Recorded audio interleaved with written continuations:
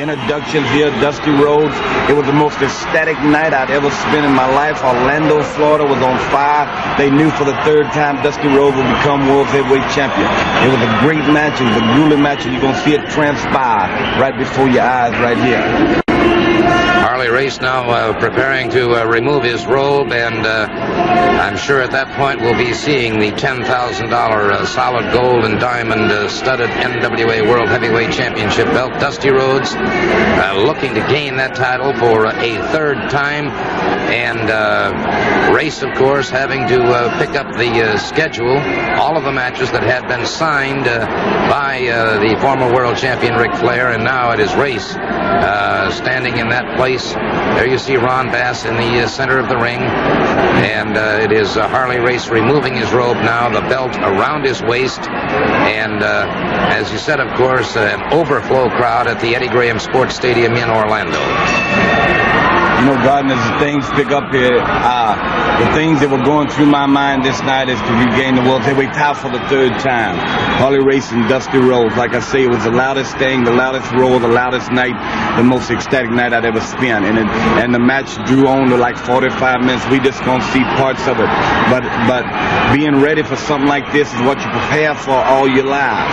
And Ronnie Bass, knowing well, Ronnie, you know well that the world heavyweight title shot would be yours immediately following this match. There was no doubt about it. I spoke to him before. I wanted to referee. He refereed it right down the middle. And what transpires in the end, I just can't believe or deal with at this point in my lifetime, because nothing that I've ever done has meant anything if I'm going to lose a friend over it, as you know. And you see Harley here taking the bionic elbow and taking the powder, taking a walk, because the American Dream is ready to talk. And tonight is my night. It's the night of nights. The American Dream becomes the world champion for the third time.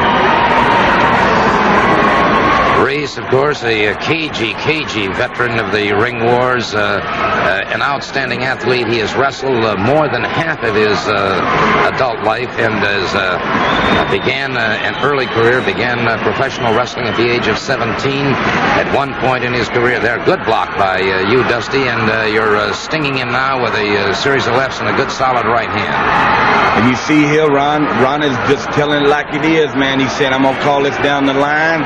And he said, fists ain't legal. And he's telling Harley, and he's telling us both, I feel real comfortable with this situation here. Not the fact that Ronnie Bass is the closest friend that I have besides Black Jack Mulligan, but it is the fact that Ronnie Bass is calling this thing like he sees it.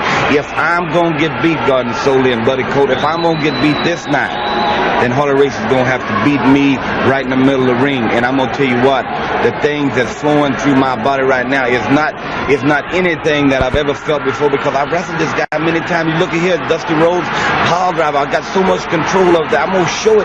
I'm going to deal my card to all the fans before I drive his head through the canvas.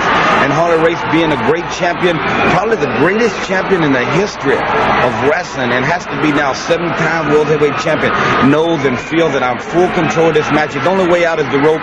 You see Ronnie here breaking it, and you see the crowd, and it's just all going my way. I feel real comfortable, like I said, with this situation.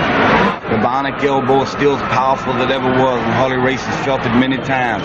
We've taken this thing right there. You see, that could be the crushing blow. Matter of fact, the first time won the world heavyweight title was with that blow right there with 2 bionic elbows. You see me getting ready to drop it right here. Full control of this match. Probably if there's anybody out there that would, you see he's heavily lacerated. Anybody out there that was scoring this thing would have me ahead 98 to 2. I mean, this thing is just the fact that Dusty Rhodes is prepared. Harley Race is there as world champion, and it's my night. Right here, I'm going into it. I'd been working on his leg real hard earlier, stepping into it. The people are screaming. We're going into the figure 4, and I stepped down on it. I got him from here on. I want you to watch real close. Ronnie Bass asked him, does he give up?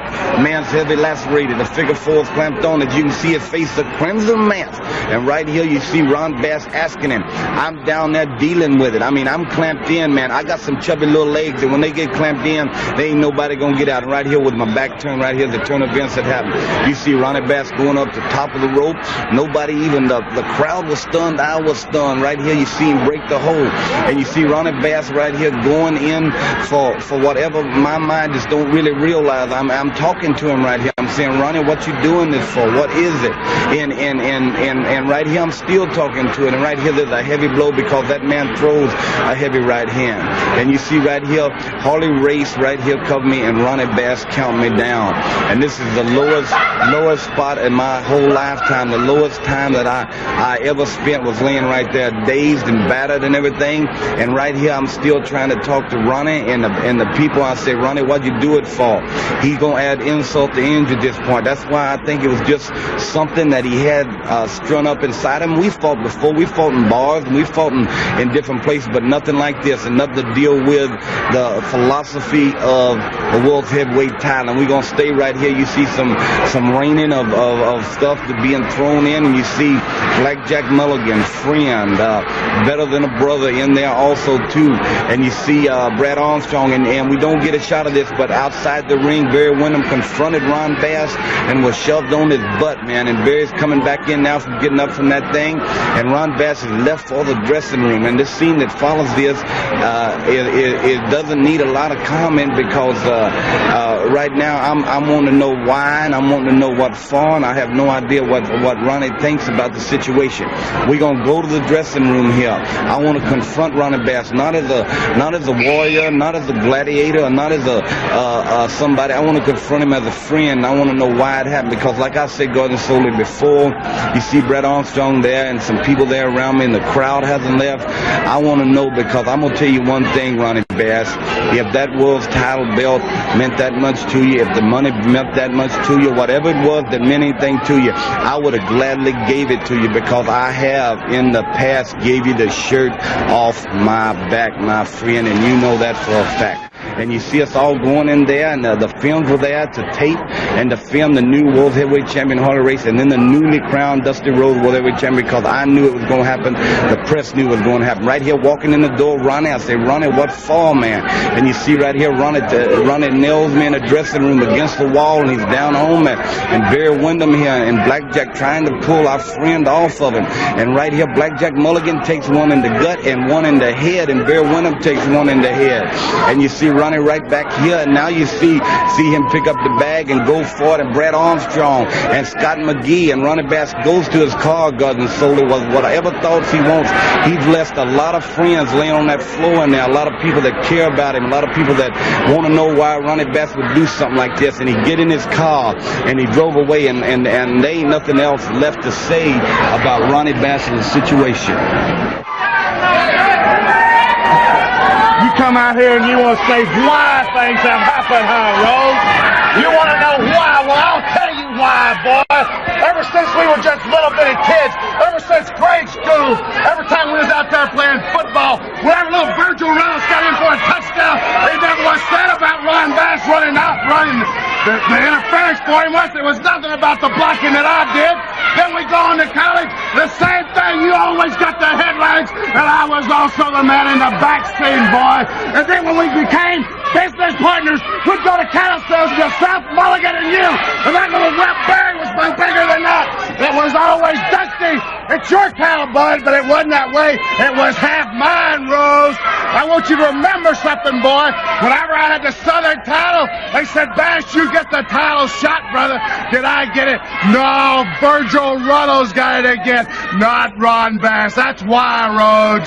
Ronnie, I know you don't want this, man. I know that this is not you. And what do you want? I mean, what do you want to really know what I want, Rhodes? I want you, boy.